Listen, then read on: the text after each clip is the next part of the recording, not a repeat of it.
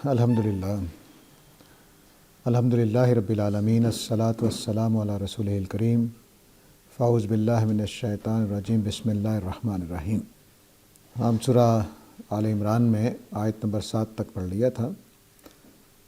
آیت نمبر 7 میں متشابہ آیات اور محکم آیات کا ذکر ہوا تھا، اور پھر راسخون فی العلم کا ذکر ہوا تھا کہ وہ ان آیتوں کو اس وجہ سے مان لیتے ہیں کہ وہ سب اللہ کی طرف سے آیا ہے، اور پھر یہ فرمایا تھا اللہ تعالیٰ نے کہ نصیحت تو صرف وہی لوگ پکڑتے ہیں جو عقل والے ہیں۔ یہ جو خدا کی طرف سے ہونا ہے، یہ دلیلوں میں سے ایک دلیل ہوتی ہے کہ یہ اللہ کی بات ہے۔ اللہ کی بات دلیل کیوں بنتی ہے؟ اس کے لیے اتنا کافی ہے کہ وہ اللہ کی بات ہے، لیکن یہ دنیا میں مانا ہوا اصول ہے کہ جب ہم کسی اتھارٹی سے بات کرتے ہیں، اس کی بات جو ہوتی ہے وہ دلیل ہوتی ہے۔ مثلا ہم یہ کہیں کہ ڈاکٹر نے کہا ہے کہ تمہیں ملیریا ہو گیا ہے، تو بس یہ ثبوت ہے اس بات کا کہ ملیریا ہو گیا ہے۔ اس نے ٹیسٹ کی بنیاد پر کہا ہے، اپنی اسیسمنٹ کی بنیاد پر کہا ہے۔ عام آدمی کے مقابلے میں اس کی بات زیادہ وزنی ہوتی ہے، جبکہ اللہ تعالیٰ کے بارے میں ہمارا جو نظریہ ہے وہ یہ کہ اللہ تعالیٰ سب کچھ جانتے ہیں۔ بس ہمیں یہ بحث کرنی ہوتی ہے یا ثابت کرنا ہوتا ہے کہ یہ بات آئی کہاں سے ہے، اللہ کی طرف سے آئی ہے یا کسی اور نے اللہ کے نام پہ لگا دی ہے۔ بس یہ تحقیق تو ہمیں کرنی پڑتی ہے، لیکن جب یہ بات ثابت ہو جائے کہ اللہ نے کی ہے تو وہ واضح ہو جاتا ہے کہ یہ سچی بات ہے اور اس کے درست ہونے میں کوئی شبہ نہیں ہے۔ تو جو علم کی دنیا میں رسوخ رکھتے ہیں، جن کو پتہ ہے دنیا میں علم کس کس چیز سے ثابت ہوتا ہے، کس طرح سے ثابت ہوتا ہے، وہ بس اس کی تسلی کرتے ہیں کہ اللہ کی طرف سے ہے تو بس ٹھیک، بات صحیح ہوگی۔ دوسری بات یہ ہوتی ہے کہ یہ بات سمجھ میں آنا اور بات ماننا، ان کے درمیان تھوڑا سا فرق ہوتا ہے۔ بات سمجھ میں آ گئی کہ مثال کے طور پر اللہ تعالیٰ نے کہا کہ میری آیتیں 2 قسم کی ہیں، بات سمجھ میں آ گئی کہ 2 قسم کی باتیں ہیں، لیکن ایک اس کو ہم نے مان لیا کہ ٹھیک ہے جی، آپ نے کہہ دیا کہ میری آیتیں 2 قسم کی، ہم نے مان لیا۔ ایک یہ ہے کہ اس کی حقیقت اندر جا کر معلوم ہو جائے، وہ ایمان کے لیے ضروری نہیں ہوتا۔ وہ فلسفے کے لیے تو ہو سکتا ہے ضروری ہو، لیکن ایمان کے لیے ضروری نہیں ہوتا۔ مثلاً اللہ تعالیٰ نے فرمایا کہ میں نے 7 آسمان بنائے ہیں، ہم بس ایک آسمان سے واقف ہیں تو بس ٹھیک ہے، ہمارے لیے باقی 6 کے 6 مانے ہوئے ہیں۔ اس کی حقیقت ہمیں معلوم ہو کہ نہ ہو، وہ کس شکل کے ہیں، ان کا رنگ کیا ہے، وہ کیا ہمارے ہی آسمان کی طرح کے لگتے ہیں، یا ہماری زمین جیسی زمینیں اللہ نے بنائی ہیں تو وہ کیا ایسی زمین ہے جیسی ہماری ہے یا کچھ اور طرح کی ہے۔ تو یہ ساری چیزیں جو ہیں یہ ہمیں جانے بغیر ہم مان لیتے ہیں کہ ٹھیک ہے 7 آسمان ہیں، ہم ایک زمین آسمان سے واقف ہیں، باقی 6 سے ہم واقف نہیں ہیں، لیکن ہم نے واقف ہوئے بغیر مان لیا کہ اللہ نے 7 آسمان بنائے۔ اب فرض کر لیجئے کہ جس طرح کی کائنات ہماری ہے، اس طرح کی 7 کائناتیں ہیں، تو ٹھیک ہے، ہمیں اس کے ماننے میں، تو ایمان لانے میں اور اس کی حقیقت جان لینے میں یہ لازم نہیں ہوتا کہ حقیقت جانیں گے تب مانیں گے۔ بس اطلاع کافی ہوتی ہے، اس کا سورس صحیح ہے، بات صحیح پہنچ گئی ہم تک تو ہم اس کو مان لیتے ہیں، اس کی حقیقت سے واقف ہوئے یا نہ واقف ہوتے ہوئے بھی ہم مان لیتے ہیں۔ تو ایمان کے لیے ضروری نہیں ہے کہ ہم اس کی حقیقتوں سے واقف ہوں، اس کے مصداق سے واقف ہوں۔ ایمان بس اتنا کافی ہے کہ بتانے والا کون ہے، سورس صحیح ہے، بات صحیح ہم تک پہنچی ہے تو بس ٹھیک ہے، ہم مان لیتے ہیں اس کو۔ تو یہ عمل ہے جو راسخون فی العلم کا ہوتا ہے۔ ظاہر ہے جو پہلے سے باتیں مانی ہوئی ہوتی ہیں ان کے اوپر آدمی کا اطمینان زیادہ ہوتا ہے۔ تو قرآن مجید میں بہت ساری باتیں ایسی بھی آئیں کہ جو نئی تھیں، نئی باتوں کو ماننا اتنا آسان نہیں ہوتا، اس کے اندر بھی ایک ہی رویہ چلتا ہے کہ بھئی اللہ نے کہہ دیا تو ٹھیک ہے۔ تو اب یہ کہ اللہ تعالیٰ نعوذ باللہ ہم یہ مان کے بیٹھ جائیں کہ اللہ تعالیٰ نے صحیح بتایا کہ نہیں بتایا، یہ بات کی بحث ہے۔ ہمارا صرف اتنا اطمینان کافی ہے کہ جس سورس سے میں بات آئی ہے وہ اللہ تعالیٰ کا سورس ہے، وہ اللہ تعالیٰ کی بات وہاں سے معلوم ہو رہی ہے۔ تو چنانچہ یہ جو راسخون فی العلم ہے، یہ پہلی بات یہ کہتے ہیں کہ یہ اللہ کی طرف سے، ہم اس پر ایمان لے آئے۔ اللہ نے کہہ دیا کہ 7 آسمان ہیں تو ہم مان لیے، بس ہمیں اس کی تحقیق کی ضرورت نہیں ہے کہ 7 آسمان کس سائز کے ہیں، کس شکل کے ہیں، کہاں پہ ہیں، وہ بھی ہماری مٹی کی طرح کی مٹی سے بنے ہوئے ہیں، زمین آسمان وہاں کے یا کچھ اور ہیں، وہاں بھی اسی طرح کی زندگی پائی جاتی ہے، وہاں بھی اسی طرح کے انسان پائے جاتے ہیں، ہمیں اس کی بحث کی ضرورت نہیں ہے، بس اللہ نے کہہ دیا کہ ہیں تو ہم نے مان لیا۔ دوسری بات یہ کہتے ہیں راسخون فی العلم، ربنا لا تزغ قلوبنا بعد اذ ہدیتنا، اے ہمارے رب ہمارے دلوں کو ٹیڑھا نہ کر دیجئے اس کے بعد کہ ہمیں ہدایت نصیب ہو گئی۔ اوپر آپ لوگوں کو یاد ہوگا کہ جب آیات متشابہات اور محکمات کا ذکر کیا تو اللہ تعالیٰ نے فرمایا فَأَمَّا الَّذِينَ فِي قُلُوبِهِمْ زَيْغٌ، جن کے دلوں میں ٹیڑھ ہے وہ کیا کرتے ہیں، فَيَتَّبِعُونَ مَا تَشَابَهَ مِنْهُ، وہ متشابہ آیتوں کے پیچھے پڑ جاتے ہیں کہ ان کی حقیقت جانیں، ان کی جان کر رہے ہیں کہ وہ حقیقت میں کیا ہے، وہ چیز کیا ہے۔ تو اب اس دعا کا مطلب یہ ہوا کہ وہ یہ دعا کرتے ہیں اللہ کہ ہمارے دل ٹیڑھے نہ ہو جائیں، کہ ہم بھی ان چیزوں کے پیچھے نہ لگ جائیں، کہ جن چیزوں کے پیچھے لگنے سے فتنہ پیدا ہوتا ہے، اور جن چیزوں کے پیچھے لگنے سے آدمی کچھ چیزوں کی حقیقت کے پیچھے لگ جاتا ہے لیکن پھنس جاتا ہے۔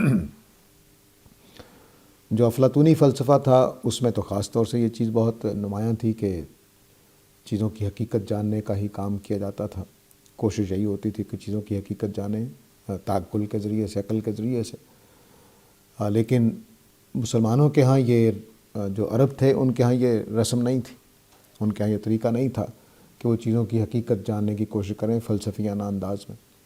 لیکن جب فلسفہ ترجمہ ہوا تو ہمارے ہاں اس کا رواج ہو گیا، چنانچہ ہماری 2-3 صدیاں ایسی گزری ہیں کہ جس میں بس یہی بحثیں ہو رہی تھی۔ تو اس وقت یہ دعا کئی نفیس لوگوں کے ذہن میں ابھرتی ہوگی کہ ربنا لا تزغ قلوبنا اذ ہدیتنا، اے ہمارے رب ہمیں ہمارے دلوں کو ٹیڑھا نہ کر دیجئے اس کے بعد کہ ہمیں ہدایت نصیب ہو گئی ہے۔ وَهَبْ لَنَا مِن لَدُنْكَ رَحْمَةً، اور ہدایت کی یہ رحمت ہمیں خاص اپنی جناب سے عطا کر، إِنَّكَ أَنْتَ الْوَهَّابُ، آپ بہت زیادہ عطا کرنے والے ہیں۔ بندہ مومن کی 2 حالتیں ہیں، ایک قانون اور ضابطے کے مطابق ہوتی ہیں، جو بھی اللہ کی طرف سے ہدایتیں نعمتیں ملنے والی ہوتی ہیں وہ ایک قانون اور ضابطے کے تحت ملتی ہیں یا لکھی ہوئی تقدیر کے مطابق ملتی ہیں، ٹھیک ہے۔ اور کچھ چیزیں ایسی ہیں کہ پھر اللہ تعالیٰ سنزید المحسنین کے اصول پر مزید اپنی طرف سے دیتے ہیں۔ اب یہاں پر جو راسخون فی العلم کے 2 باتیں اللہ تعالیٰ نے بیان کی ہیں تو انہوں نے بنیادی جو شرائط تھیں ہدایت ملنے کی وہ پوری کر دی کہ جو بھی بات اللہ کی طرف سے آئے گی ہم مانیں گے، پہلی یہ شرط، بس اللہ کی طرف سے ہونا ثابت ہونا چاہیے۔ دوسری یہ بات کہ ہم اے اللہ ہمیں ٹیڑھے راستے پر نہ چلا دینا، ہمارے دلوں کو کج نہ کر دینا۔ اب اس رویے کے بعد پھر اللہ تعالیٰ کی طرف سے رحمت آتی ہی آتی ہے جو پھر من لدن کا ہوتی ہے۔ وہ پھر بندے کی جتنی جدوجہد تھی وہ تو تھی ہی، لیکن پھر خاص اللہ کی طرف سے ہدایت آتی ہے۔ من لدن کا مطلب ہے کہ خاص اپنی طرف سے۔ اب قانون ضابطے سے اٹھ گئی بات کہ قانون ضابطے کے مطابق تو میری کوشش ہوگی تو ہدایت ملے گی، میری تمنا ہوگی تو میرے ساتھ اللہ تعالیٰ کی رحمت ہوگی، لیکن جب میں معیار پہ پورا اتر گیا ہوں تو اب خدا کی طرف سے محسنین کے لیے مزید جو رحمتیں ہوتی ہیں وہ جاری ہو جاتی ہیں۔ اس کا یہ حوالہ ہے، اس کو ہمیشہ سمجھ میں رکھنا چاہیے کہ قیامت والے دن بھی اور دنیا میں بھی یہ اصول چلتا رہتا ہے کہ اللہ تعالیٰ اپنے قانون ضابطے کے مطابق پرکھتے ہیں، جب آدمی پرکھ میں پورا اترتا ہے تو پھر محسنین کے درجہ پانے کے بعد پھر اللہ تعالیٰ اپنی طرف سے بھی مزید دے دیتے ہیں۔ وہ پھر 700 گنا کا قانون ہے کہ کوئی چیز نیکی 700 گنا تک اجر پا سکتی ہے، یہ قانون ہے۔ 700 گنا سے زیادہ پھر اللہ کی مرضی، وہ جتنا چاہے دے دے۔ تو اس کا یہ حوالہ ہے وَهَبْ لَنَا مِن لَدُنْكَ رَحْمَةً، خاص اپنی طرف سے بھی رحمت کرے۔ اب قانون سے اٹھا دیجئے اس بات کو، آپ نے جو ضابطے بنا رکھے ہیں ان سے بلند ہو کر ہم مانگ رہے ہیں کہ اللہ ہمیں اپنی خاص رحمت سے بھی عطا کر دے۔ إِنَّكَ أَنْتَ الْوَهَّابُ، کیونکہ آپ تو بہت زیادہ عطا کرنے والے ہیں، بہت زیادہ دینے والے ہیں۔ تو تو اب یہ خدا کی ذات سے گویا ایک طرح سے التماس کر دیا ہے کہ ہم اگر آپ کے ضابطۂ ہدایت پر پورے اتر چکے ہیں، ہدایت کی ہمیں توفیق مل گئی ہے، تو پھر خاص اپنی طرف سے یہ بات بھی ہمارے دلوں میں ڈال دے کہ ہمارے دل ٹیڑھے نہ ہوں، ہمیں کبھی بھی غلط راستے پر نہ چل پڑے۔ صحابہ کا یہی وہ مقام ہے جس کی وجہ سے وہ خیر امت قرار پائے۔ ہم اپنے لیے وہ آیت استعمال کر لیتے ہیں، وہ دراصل صحابہ کے لیے ہے، کنتم خیر امت اخرجت للناس، کہ یہ تم بہترین امت ہو جو لوگوں کے لیے برپا کی گئی ہے۔ تو صحابہ کیوں بہترین امت تھے؟ اسی رویے کی وجہ سے۔ یعنی یہود کو دیکھ لیجئے، حضرت موسیٰ کے زمانے میں سورہ البقرہ میں ہم تفصیل سے پڑھ چکے ہیں کہ وہ کس طرح اپنے رسول کے مقابلے میں بھی عجیب و غریب طرح کی باتیں کرتے ہیں۔ اچھا جی وہ بتا دیجئے گائے کا رنگ کیسا ہو، یہ کیسا ہو، وہ کیسا ہو، اور طور پہ جانے لگے ہیں تو تب بچڑے کو معبود بنا لیا ہے، حضرت ہارون کی بات نہیں مان رہے ہیں، جو سزا ملی ہے جب کہ وہ صحرا میں رہیں، وہاں اللہ تعالیٰ کی طرف سے من و سلوہ اتر رہا ہے، تو وہ بجائے اس کے کہ اپنی تربیت پہ توجہ دیں، وہ خربوزے اور ککڑی کے پیچھے پڑے ہوئے ہیں۔ صحابہ کے ہاں یہ چیز نہیں نظر آتی ہے۔ کچھ منافق تھے صفوں میں، وہ آہستہ آہستہ الگ ہو کر دیے گئے، لیکن جو صحابہ کی اصل صحابہ کی جماعت تھی اس میں آپ کو اس طرح کی چیزیں نظر نہیں آئیں۔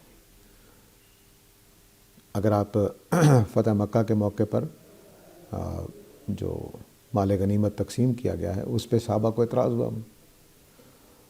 انصار کو، تو نبی صلی اللہ علیہ وسلم نے ایک جملہ بولا کہ بھئی میں تمہارے ساتھ جا رہا ہوں، یہ مال یہیں رہ جائے گا۔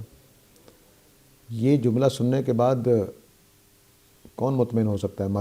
مادی طور پر چیزوں کو دیکھنے والا آدمی مطمئن نہیں ہو سکتا کہ بھئی آپ نے اپنی قوم کو پیسہ سارا دے دیا ہے، مال غنیمت، ہمارے لیے کچھ بھی نہیں چھوڑا۔ تو انہوں نے کہا میں تمہارے ساتھ جا رہا ہوں۔ صحابہ مطمئن ہو گئے۔ یہ اطمینان اس رویے کی وجہ سے جو یہاں پہ ہے کہ اچھا اللہ کے رسول کا فیصلہ ہے، ٹھیک ہے، ختم ہو گئی بحث، کوئی مصلحت ہوگی، کوئی حکمت ہوگی، کچھ ہوگا۔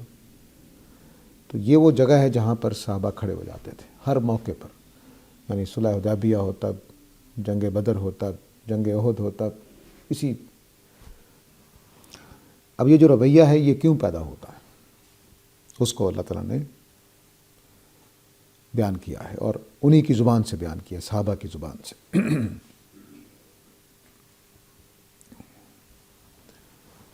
فرمایا کہ ربنا انک جامع الناس لیوم لا ریب فیہ ان اللہ لا یخلف المیعاد۔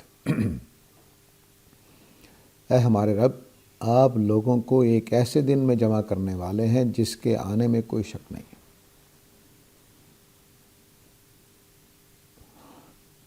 یوں سمجھ لیجئے کہ آخرت کا ایمان جو ہے وہ کچھ ایک ایسی چیز ہے، ایک ایسا موٹیویٹر ہے، یا ایک ایسا کنٹرولر ہے، یا ایک ایسا ڈرائیور ہے کہ جو اس ساری دنیا کی تمام نعمتوں کو حقیر کر دیتا ہے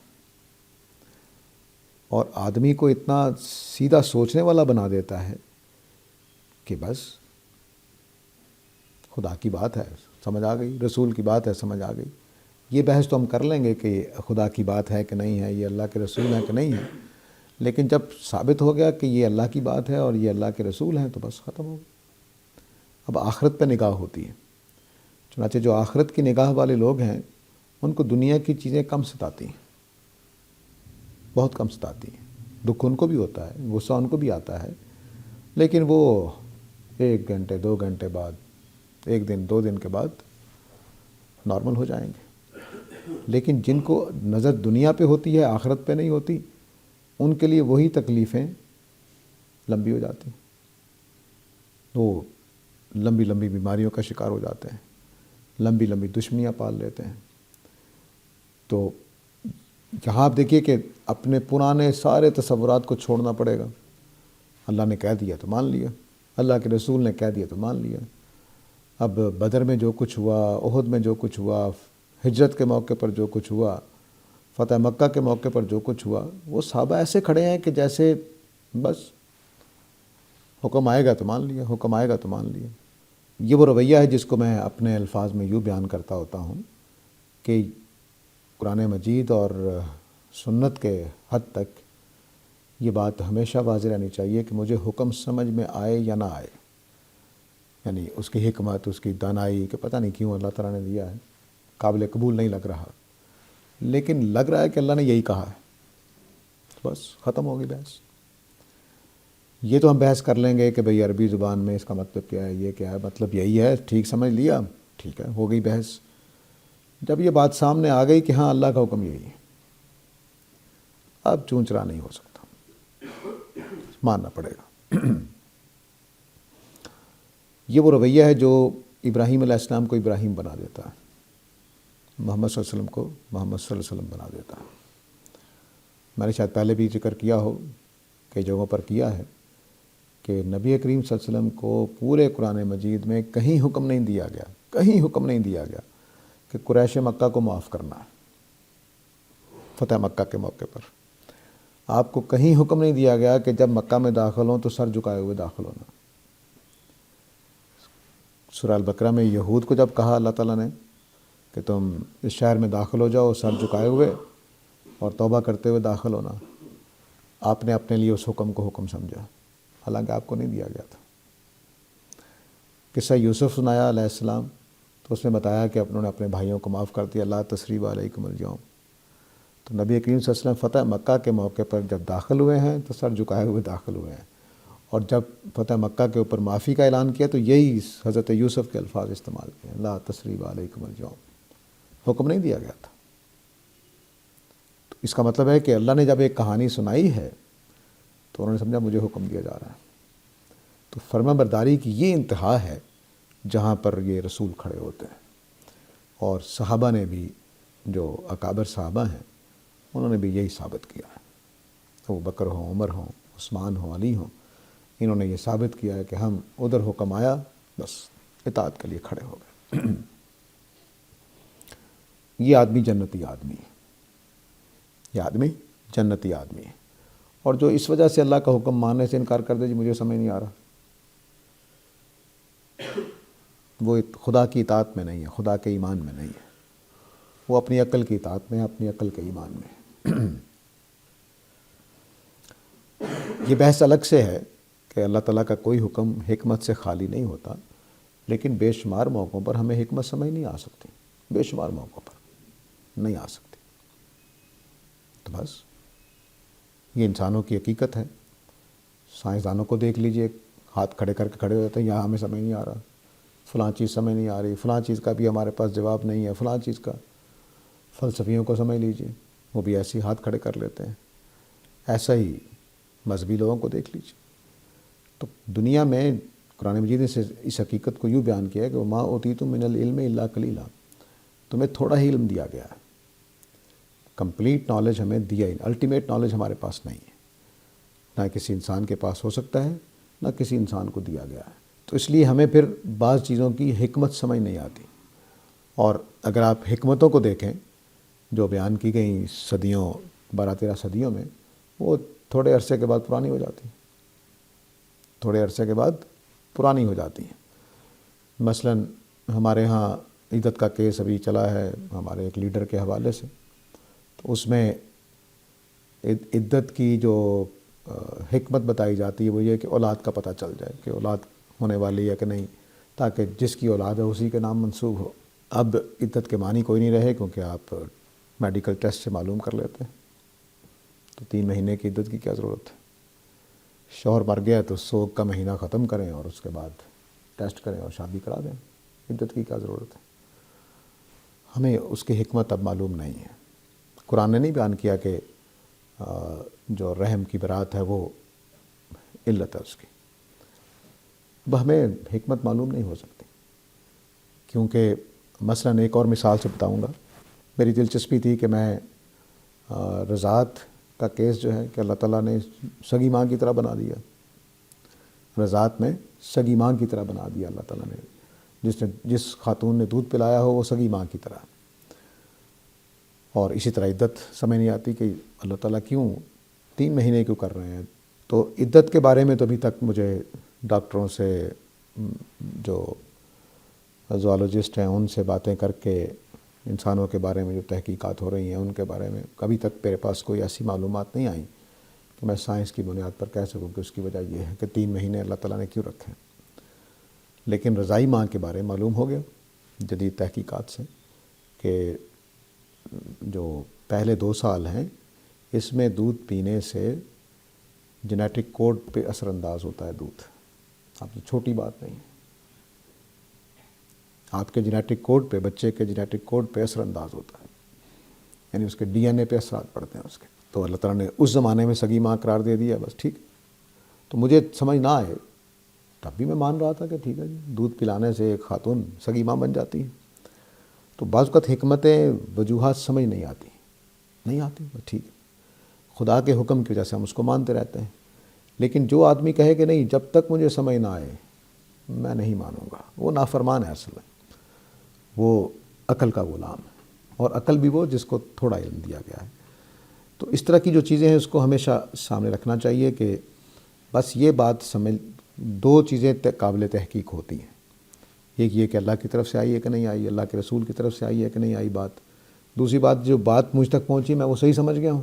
بس 2 ہی باتیں ہو سکتی ہیں، تیسری بات نہیں ہو سکتی. کہ جب ہمیں تسلی ہوگی کہ ہاں بات کا مطلب، جملے کا مطلب یہی ہے، آیت کے الفاظ سارے ہم نے کھنگال کے دیکھ لیے، سیاق و سباق، نظم کلام سب کچھ دیکھ لیا، بس اب سر آنکھوں پر خدا کا حکم ہے، سمجھ آئے نہ آئے. تو جن چیزوں، یہ اب وہ حکمتیں ہوتی ہیں بعض جو ہم وقتی طور پہ طے کر دیتے ہیں. میں مثال دے رہا تھا، عدت بے معنی ہو گئی، کیونکہ اب تو آپ اگلے دن ٹیسٹ کر سکتے ہیں کہ آج طلاق دی ہے شوہر نے، اور اگلے دن آپ لیب میں جا کے ٹیسٹ کروائیں کہ کوئی پریگنینسی کا کوئی امکان ہے کہ نہیں ہے. نہیں ہے تو بس عدت ختم ہو گئی. کیا اللہ تعالیٰ یہی چاہتے تھے؟ مجھے نہیں معلوم. ٹھیک ہے نا. تو اس لیے مجھے وقت پورا کرنا ہے، 3 مہینے پورے کرنے ہیں. تو یہ وہ جگہ ہیں جہاں پر آ کر پھر نہ عقل نہ سائنس کوئی چیز کام نہیں کرتی، بلکہ اس آیت کو سمجھیں اس میں کیا کہا جا رہا ہے، کیا معنی ہے اس کے، تو اس کو اپنا کر چلنا چاہیے. اسی طرح ایک جو بیٹی کو اللہ تعالیٰ نے حصہ ادا دیا ہے وراثت میں بیٹے کے مقابلے میں، اس کی ایک حکمت بتائی گئی کہ چونکہ بیٹے نے گھر سنبھالنا ہے، بیٹے جو ہیں وہ والدین کے لیے زیادہ فائدہ مند ہوتے ہیں، ان کے پاس مال چلا جائے. تو جدید معاشرت میں بیٹیاں زیادہ فائدہ مند ہو رہی ہیں کئی گھروں میں. یعنی بوڑھے والدین بیٹی کے پاس رہنے میں زیادہ عافیت محسوس کرتے ہیں نکمے بیٹے کے مقابلے میں. تو کیا حکمت ختم کر دی جائے اس کو؟ نہیں، وہ حکمت تھی نہیں. تو ہم بعض حکمتیں وقتی طور پر بتاتے ہیں، وہ اگلے زمانوں میں آ کے ختم ہو جاتی ہیں. سور حرام کرنے کی کئی حکمتیں بتائی گئی، آدمی بے غیرت ہو جاتا ہے. انگریزوں کے یہاں غیرت مند لوگ نہیں ہوتے، یعنی دور جدید سے پہلے ان کے ہاں سور کھانے والے اتنے غیرت مند ہوتے تھے کہ کسی مرد کو دے کے گولی مار دیتے تھے، جیسے ہمارے یہاں ہوتا. ان کی تو غیرت کو کچھ نہیں ہوتا تھا. تو اب سور کے کھانے کو کیوں اللہ تعالیٰ نے منع کیا ہے؟ آپ نے میرا 6-7 ہمارے انگریزوں کے آنے کے بعد 6-7 حکمتیں بتائی گئیں. 6-7 ثابت نہیں ہوتی. کچھ نے کہا جی وہ پگمنٹ سے آ جاتے ہیں، دبے سے سکن پہ آ جاتے ہیں.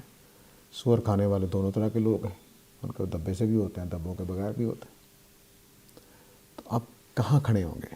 جہاں بس قرآن کھڑا کر دے، جہاں قرآن بتا دے. مثلا سور کے بارے میں اللہ نے بتا دیا کہ یہ نجس ہے، ناپاک ہے، کافی ہے. ناپاکی بعض چیزوں کے ہم جان سکتے ہیں، بعض کی نہیں جان سکتے. تو اللہ نے کہہ دیا کہ ناپاک ہے تو ٹھیک ہے. ہم اپنی طرف سے جب حکمت بناتے ہیں تو وہ ختم ہو جاتی ہے. تو عقل کی جو بنائی ہوئی حکمتیں ہیں وہ وقتی ہوتی ہیں، عارضی ہوتی ہیں. 1 صدی میں چل سکتی ہیں، اگلی صدی میں ختم ہو جائیں گی، نئی معلومات سامنے آ جائیں گی. تو اب راستہ ہمارے پاس 2 ہی ہیں، اللہ کی بتائی ہوئی حکمت پر کھڑے ہو جائیں، اور اگر اللہ نے خاموشی اختیار کی تو ہم بھی خاموشی اختیار کریں. اس کے علاوہ کوئی چارہ نہیں. تو یہ دلوں کے ٹیڑھے ہونے کو میں سمجھانے کی کوشش کر رہا تھا کہ دلوں کے ٹیڑھے ہونے کا مطلب کیا ہے، کہ آپ ایسے راستے پہ چل پڑیں کہ جس کا کوئی انجام نہیں ہے، جس کا کوئی ہمارے پاس ثبوت نہیں ہے. تو اس سے بچانے والی ایک ہی چیز ہے کہ ہم آخرت کو مانیں. چنانچہ انہوں نے تیسری بات یہ کہی. پہلی بات راسخون فی العلم کہتے ہیں کہ ہم اللہ پر ایمان لائے، کیونکہ یہ ساری چیزوں پر ایمان لائے کیونکہ یہ اللہ تعالیٰ کہہ رہے ہیں. دوسری بات انہوں نے یہ کہی کہ اللہ ہدایت کے بعد ہمارے دل ٹیڑھے نہ کر دیجیے۔ تیسری بات وہ کہہ رہے ہیں کہ اللہ تو قیامت والے دن سب کو جمع کرے گا تو کیا ہوگا؟ ٹیڑھے دل والے مارے جائیں گے، صحیح دل والے کامیاب ہو جائیں گے۔ اور دوسری بات کیا کہ اس دن حقیقتیں بھی بیان کر دی جائیں گی کہ جو اللہ تعالیٰ نے کہا تھا کہ جنت کا پھل اس طرح کا ہوگا، یا میں نے کلمہ کن سے کس طرح سے بنایا تھا، واضح کر دیے جائیں گے۔ آج اللہ نے غیب میں رکھا ہوا ہے، میں کئی دفعہ یہ بتا چکا ہوں، اور جو ایتھیسٹ جو ہیں ان کو بھی غلطی لگتی ہے اس دنیا کو سمجھنے میں، وہ یہ ہے کہ اس کائنات کو اللہ تعالیٰ نے امتحان کے لیے بنایا ہے۔ یہ عادی بات ہے، اس کائنات کو اللہ تعالیٰ نے امتحان کے لیے بنایا ہے، یہ عادی بات ہے۔ پوری بات یہ ہے اس دنیا کو اللہ تعالیٰ نے امتحان کے لیے بنایا ہے، اور اس میں امتحان غیب میں رکھ کر لیا گیا ہے، یہ پوری بات ہے۔ اللہ تعالیٰ کبھی بھی کسی طرح سے بھی نظر نہیں آئیں گے۔ یہاں چینی مسلمان کی چائے کو بھی میٹھا کرے گی، کافر کی چائے کو میٹھا کرے گی۔ یہ نہیں ہو سکتا کہ کافر کی چائے کو میٹھا نہ کرے۔ خدا اس طرح سے نظر نہیں آئے گا۔ تو جب خدا اس طرح سے نظر نہیں آئے گا تو آپ کسی جگہ پر بھی جا کر اس طرح سے ثابت نہیں کر سکتے سوائے رسولوں کے عہد کے۔ بس اس زمانے میں چینی کافروں کی چائے میٹھی نہیں کرتی، جب ان کے اوپر عذاب آ جاتا ہے بس ختم کر دیا جاتا ہے۔ پھر پتھر برستے ہیں تو کافروں پر ہی برستے ہیں، مومن بیچ میں کھڑا ہو بچ جاتا ہے۔ یہ وہ جگہ صرف رسولوں کے زمانے میں ہوتی ہیں اور کسی زمانے میں نہیں ہوتی۔ باقی زمانوں میں بالکل غیب کا پردہ، اتنا دبیز پردہ پڑا رہتا ہے، اتنا دبیز موٹا تازہ کپڑا کہ آپ کو کوئی سرسراہٹ بھی محسوس نہیں ہوتی۔ خدا کے قدموں کی چاپ سنائی نہیں دیتی، خدا کے کلمہ کن کی بن بناہٹ سنائی نہیں دیتی، نہیں آئی، کبھی بھی نہیں نظر آئے گی۔ لیکن مجھے اور آپ کو اتنی عقل دی گئی ہے کہ ہم پس پردہ چیزوں کو جھانک کر خدا تک پہنچ سکتے ہیں، بس وہ عقل ہمیں دی گئی ہے، لیکن وہ غیب میں رہتے ہوئے ہوگی۔ اس لیے قرآن مجید نے آغاز ہی میں یہ بات کہہ دی، اور کئی اور مقامات میں بھی، یؤمنون بالغیب، جو خدا کو بن دیکھے مانتے ہیں، مطلب اس کا یہی ہے۔ تو یہ اصل پردہ جو پردہ ڈال دیا گیا ہے، اس پردے کو ہٹانے کی کوئی چیز دنیا میں اللہ نے پیدا نہیں کی ہے کہ ایک دم پتہ چلے اچھا سمجھ آ گئی اللہ تعالیٰ ہے۔ آپ ہر چیز کی ایکسپلینیشن کرتے چلے جائیں گے یہاں تک کہ کائنات کے آغاز تک پہنچ جائیں، آپ کو کہیں خدا دکھائی نہیں دے گا، کہیں دکھائی نہیں دے گا۔ ہر چیز ایکسپلین ہوتی چلی جائے، اچھا یہ اس طرح سے ہوئی، اچھا یہ اس وجہ سے ہوئی، اچھا یہ اس وجہ سے ہوئی۔ تو یہ بالکل ممکن ہے کہ آپ سارے سوالوں کے جواب دے دیں اور خدا کی ضرورت محسوس نہ ہو۔ یہی غیب ہے۔ پرانے زمانے میں بھی بہت سارے بڑے بڑے لوگ پیدا ہوئے، سائنسدان پیدا ہوئے، فلسفی پیدا ہوئے، انہوں نے بڑی بڑی چیزیں ایکسپلور کی، تحقیقات کی، وہ بھی نہیں پا سکے۔ اور دیکھیے کہ بیانات کیا ہوتے ہیں کہ ہم تو اسپیس میں چلے گئے، ہمیں تو خدا نظر نہیں آیا۔ فرعون کے اور اس جملے میں فرق کیا ہے؟ کتنا میرے لیے اونچا سا مینار بناؤ، میں جھانک کر دیکھوں آسمانوں میں خدا ہے یا نہیں، کوئی فرق نہیں۔ تو فرق جو چیز سمجھنے کی تھی وہ نہ فرعون نے سمجھی، نہ آج کے ملحدین نے سمجھی، وہ یہ تھی کہ یہ خدا نے غیب کا پردہ خدا نے ڈالا ہوا ہے، اس نے خود فیصلہ کیا کہ میں دکھائی نہیں دوں گا۔ تب تم کیسے ڈھونڈ سکتے ہو اس کو، کیسے دیکھنے کا مطالبہ کر سکتے ہو؟ تو ان اللہ لا یخلف المیعاد، اللہ تعالیٰ اپنے وعدوں کی خلاف ورزی نہیں کرتے۔ یہ یقین کی آیت ہے کہ قیامت لازماً ہوگی، اس کو ٹالنے والا کوئی نہیں ہے۔ اللہ تعالیٰ نے وعدہ کر رکھا ہے تو پورا کر کے رہے گا، اللہ تعالیٰ اپنے وعدہ خلافی نہیں کرتے۔ یہ جو یقین ہے انسان کا، یہ ایمانیات میں مطلوب ہوتا ہے۔ یہ ہمارا جو ایمان ہے، خیر عربوں کا ایمان کا تصور تھوڑا ڈیفرنٹ ہے، ہمارا ذرا ڈیفرنٹ ہے۔ ہمارا ایمان تو صرف یہ ہوتا ہے کہ ہمیں معلوم ہے جی ایسا ہونا ہے، یعنی ہم سارے پاکستانی مانتے ہیں کہ اللہ ہے، آخرت ہونی ہے، لیکن ہماری زندگی اس کے مطابق نہیں ہوتی۔ اس کا مطلب ہے کہ ہمارا ایمان بہت بس خبر کی حد تک ہے کہ ہمیں واقفیت ہے، خبر ہے ہمیں اس بات کی۔ اصل چیز یقین ہے۔ تو ایمان کا لازمی حصہ یقین ہے کہ مجھے یقین ہے کہ ایسا ہو جائے گا. اس کو ایک مثال سے میں سمجھاؤں گا کہ میں اگر آپ سے کہوں کہ یہ چھت گرنے والی ہے، چلو باہر چلتے ہیں، تو آپ میں سے کوئی بھی نہیں ہلا. لیکن میں اگر اس طرح سے اطلاع دوں کہ بھائی جو یقینی آپ کے لیے ذہن پیدا کر دے، تو ایک سیکنڈ نہیں لگے گا، ہم سارے باغ کے باہر نکل جائیں گے. یہ یقین میں اور خبر میں فرق ہوتا ہے. تو صحابہ کے ہاں، نبی کریم صلی اللہ علیہ وسلم کے ہاں ایمان یقین کے درجے کا تھا. اس لیے ان کی زندگی کا ایک ایک لمحہ آخرت کے پہلو سے گزرتا تھا، اسی دھیان سے گزرتا تھا، اور ہر وقت وہ اسی ناپ تول میں رہتے تھے. ہر وقت وہ اسی ناپ تول میں رہتے تھے. اس کا مطلب یہ نہیں ہوتا کہ وہ دنیا کے کام نہیں کرتے تھے یا ذہنی طور پر ایک ہی جو کہتے ہیں کہ سوئی اٹک گئی ہے، ایسا نہیں تھا. وہ کیونکہ قرآن مجید کا جو ایمان کا تصور ہے دین کا، وہ اتنا بیلنسڈ ہے کہ وہاں سوئی اٹک نہیں سکتی، نہیں اٹک سکتی. وہ اتنا متوازن ہے اور اتنا سادہ، اتنا آسان ہے کہ آپ کو ایمان کے مطابق زندگی گزارنے کے لیے پورے 24 گھنٹے میں شاید 1.25 گھنٹے کی ضرورت ہے کوئی عمل کرنے کے لیے. باقی تو آپ نے صرف اپنے ذہن کو صحیح رکھنا، یعنی میں نے ناپ پورا تولنا ہے، وعدہ پورا کرنا ہے، جھوٹ نہیں بولنا ہے، چغلی نہیں کرنی ہے، غیبت نہیں کرنی ہے. اس میں کون سا ٹائم لگتا ہے؟ بلکہ ٹائم بچتا ہے. جتنا ہم پاکستانی چغلی غیبت پہ ٹائم لگاتے ہیں، اگر اس کو بچا لیں تو کیا ہی بات ہے. تو کوئی چیز جو ہمارا اسلام کا تصور ہے دینی ذہن کا، کہ دینی ذہن کیا ہوتا ہے، وہ صرف سوچ کا فرق ہے. اور اس کے بعد کچھ چیزوں سے بچنا ہے، کچھ چیزیں کرنی ہیں. مثلا مجھے نماز کے لیے ٹائم چاہیے، جھوٹ سے بچنے کے لیے کون سا ٹائم چاہیے؟ ناپ تول پورا کرنے کے لیے کون سا ٹائم چاہیے؟ کچھ نہیں. رمضان کے روزوں میں کچھ سحر افطار کے لیے وقت چاہیے، یا کچھ بھوک کی کیفیت میں سے گزرنے کی تکلیف ہے. باقی اس میں سارا دن جو مرضی کام کریں، کوئی رکاوٹ نہیں. آپ جنگیں کریں، آپ سفر پہ جائیں، آپ سیریں کریں، آپ بڑی بڑی مہمیں کریں، کوئی اعتراض نہیں، کچھ نہیں، کوئی رکاوٹ نہیں ہے. لیکن جیسے ہی آپ کسی ایسے مذہب میں داخل ہوتے ہیں جس میں آپ نے مراقبے کرنے ہیں، آپ نے چلے کرنے ہیں، ساری رات جاگنا ہے، پھر کام خراب ہے. اسلام میں ایسی کوئی چیز نہیں. اور نبی کریم صلی اللہ علیہ وسلم کی پوری زندگی میں یہ تو مثال ہے کہ آپ عشاء سے لے کر فجر تک سوئے رہے. اس کی کوئی مثال نہیں ہے کہ آپ عبادت کے لیے ساری رات جاگتے رہے. اس کی کوئی مثال نہیں ہے. تو یہ ہمارا دین کا متوازن ہونے کا جو، حالانکہ آپ کے اوپر اضافی طور پر یہ نماز مقرر تھی تہجد کی کہ آپ نے 2/3، 1/3 یا آدھی رات جاگنا ہے، یہ آپ کے لیے فرض تھی، امتیوں کے لیے نہیں. امتیوں کے لیے اللہ تعالیٰ نے بتایا کہ جو میسر ہو پڑھ لو، آدھا گھنٹہ ملتا آدھا گھنٹہ پڑھ لو، گھنٹہ ملتا گھنٹہ پڑھ لو، نہیں ملتا تو نہ پڑھو. یہاں روک لیتے ہیں جی، نماز کا وقت ہو گیا ہمارے ہاں، تو نماز پڑھ لیتے ہیں، پھر سوالات اس کے بعد انشاءاللہ حاضر ہوتے ہیں.